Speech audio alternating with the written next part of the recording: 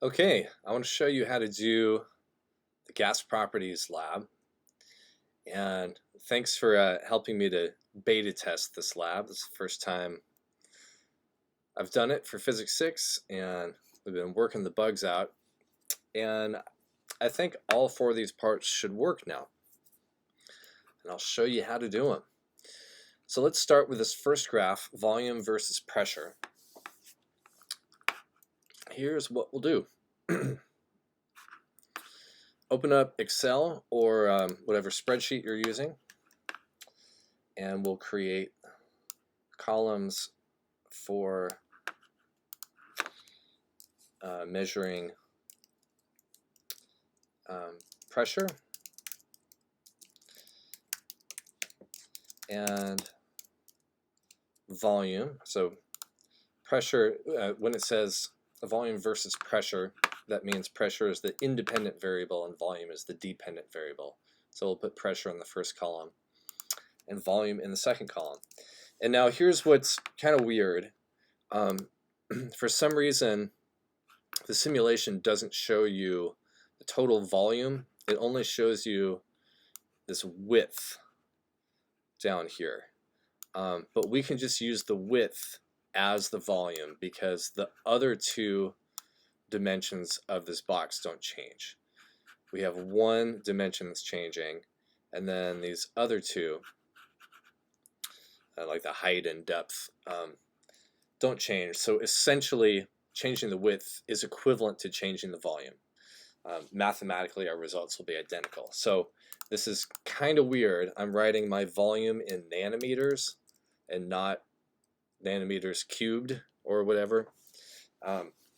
So it's kind of like a linear volume, but it'll all work out just fine. Okay, so here's how we do this. Let me title this page P versus V. We're going to start taking data. So let's read this once again. Volume versus pressure. Keep temperature constant. So we're not going to add any heat or remove any heat. We're going to keep the temperature constant. We may as well just do the default temperature, which is 300 Kelvin. So let's put some particles into this container. Did a few pumps there. And now our temperature is 300 Kelvin. We have some pressure. It looks like it's about, I don't know. You have to estimate this a little bit because the decimal place changes. I'm going to estimate it as maybe 52.3.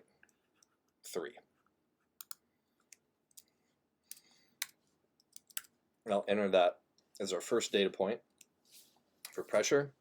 And then the volume we write down as whatever the width of the box is there. 5 nanometers. There's our first data point. And now for this one, all we do is change the width of the box, and I guess I'll do it in 5 or 0.5 nanometer increments. And we write down the corresponding pressure and volume. So it looks like that pressure is about, I don't know, 47.7.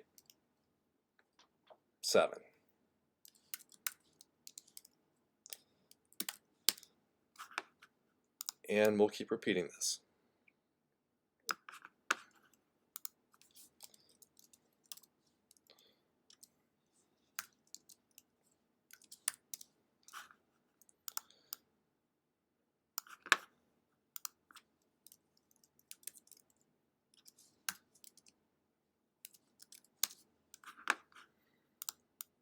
Doesn't matter what number is used. I tried to get 6.5, but I missed. But that's fine. 6.4 is okay. It doesn't matter what the exact numbers are, as long as we get enough data.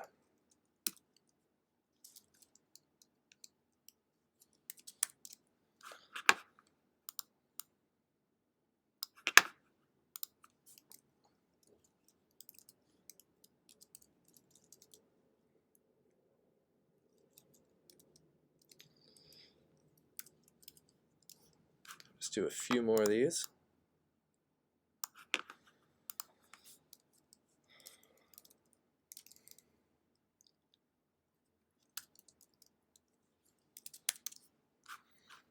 Okay, maybe one more.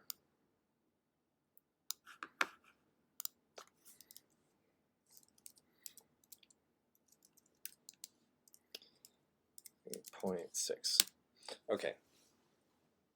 So now we have several data points and we want to graph them. So in Excel, the way you do that is you highlight all this data and you go to Insert, and we'll do a scatter plot. Now already you can see that this looks like an inverse relationship, like a 1 over x kind of graph. It's not a straight line, it's a curvy line. Let's format this graph a little bit more though. Let's put some labels on it.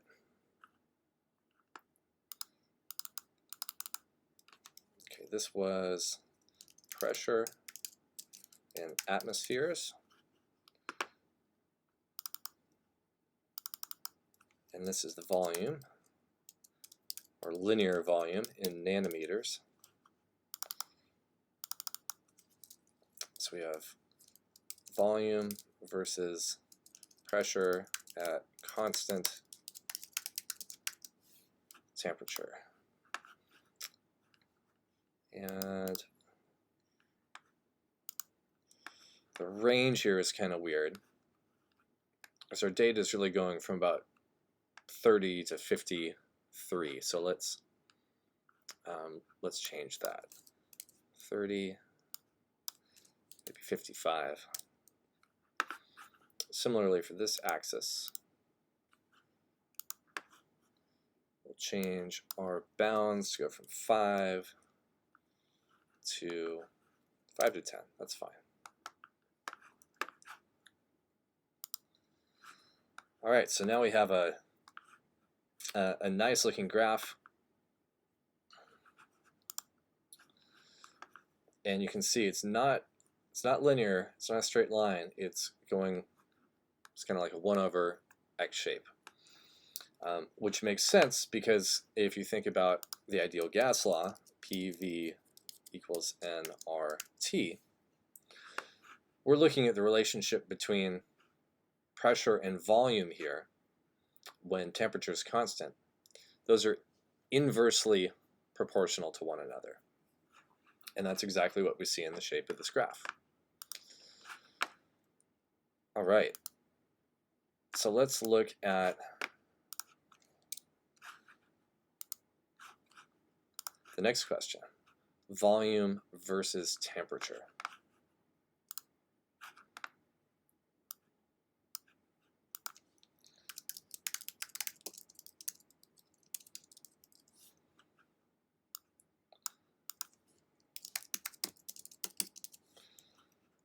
And once again,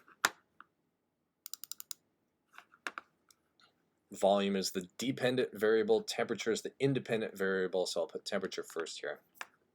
So it ends up on the x-axis.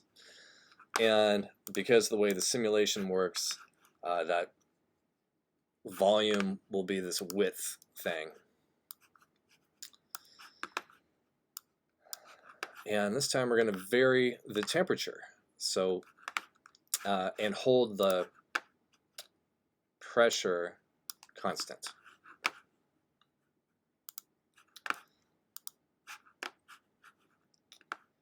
Okay, so let's put some gas into the box.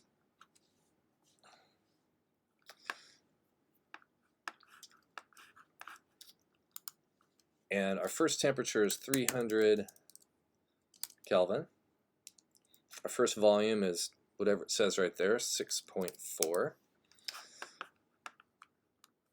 Now here's the challenge. We add a little bit of heat to change the temperature, or you could cool it down, it doesn't matter. But let's add a little bit of heat. So now our new temperature is 327. Oops. Don't need to write K there. And oops, I forgot to note what the pressure was at the beginning. So go back down to 300K. Our pressure was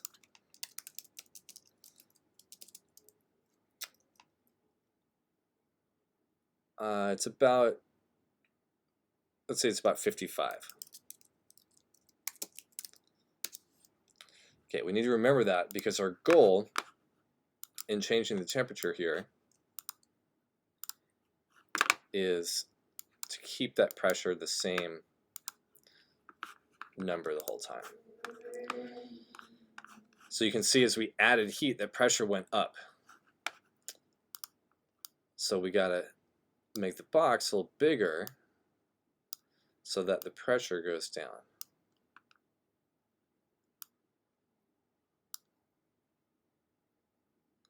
Looks like if we open it up to 7, that pressure goes back to 55. And we'll keep repeating this process. Add some heat. So I bumped the temperature up to 342. That pressure went up, so we gotta make the box bigger.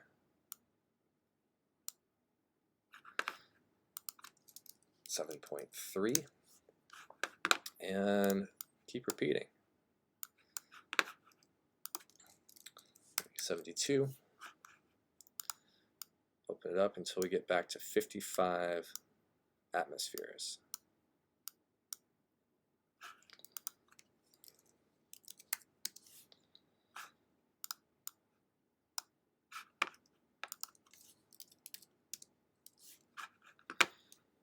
Now, of course, your numbers are all going to be different because it depends on how much gas you put in at the beginning and how wide the box was at the beginning.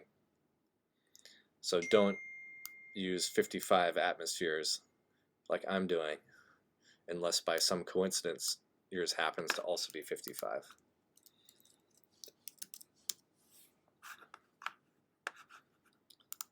Okay, we'll do a few more data points.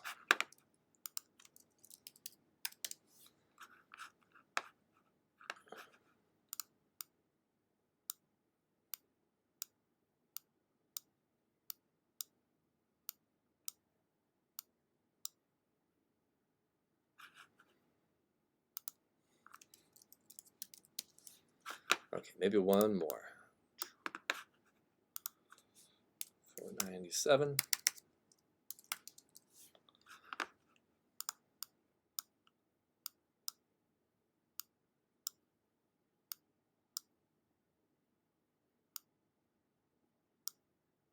Okay. Cool. Now let's graph it. Insert, scatter plot, and now this time, this looks like a straight line.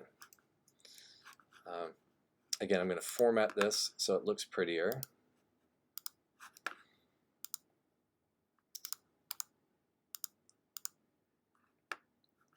In science, when you make graphs, you always want to label your axes so people know what's going on. So this is temperature in degrees Kelvin, volume or linear volume in nanometers, and this is volume versus temperature at constant pressure. And again, the data range is kind of weird, so let's fix that. We started at 300 and went up to about 500. Change the range for the y-axis. We can go from maybe 6 to 11. That's good. All right, and now we have a nice looking linear graph. Now, do we expect this from the ideal gas law? PV equals nRT. Well, in this case, we're plotting temperature versus volume at constant pressure. And if you look at the ideal gas law, you see that temperature and volume are directly proportional. So you'd expect that it would be a straight line relating them. And in fact, that's what we see. Cool. So it looks like our data in both cases so far match our intuition. All right, this is V versus T. And I think now you see how to make the rest of the graphs. Now I want to make one more comment about graphing in general, which is that you don't ever want to connect these data points. A lot of times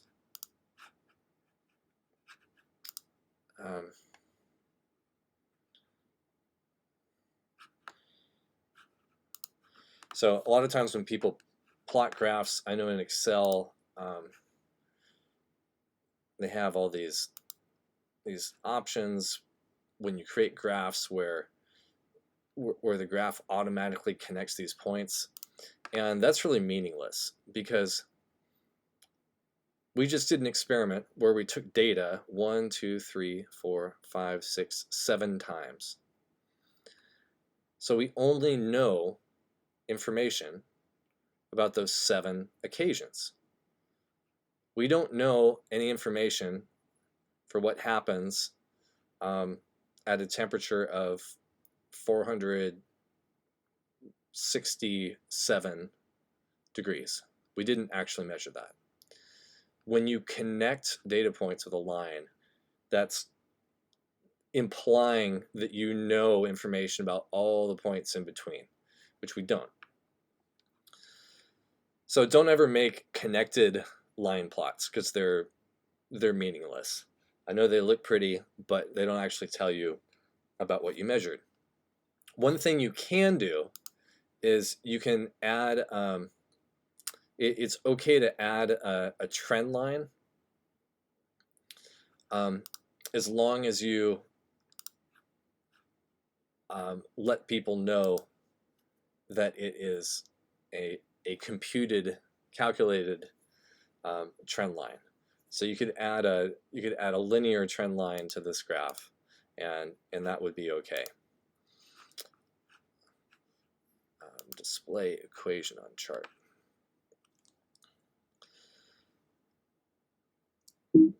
Okay, if you do that and you say, hey, I made this trend line V equals something times T minus something else, then people know that that's computed and that's not measured data, and that's all right. Okay, I hope that helps, and you can do the other 2 graphs on your own.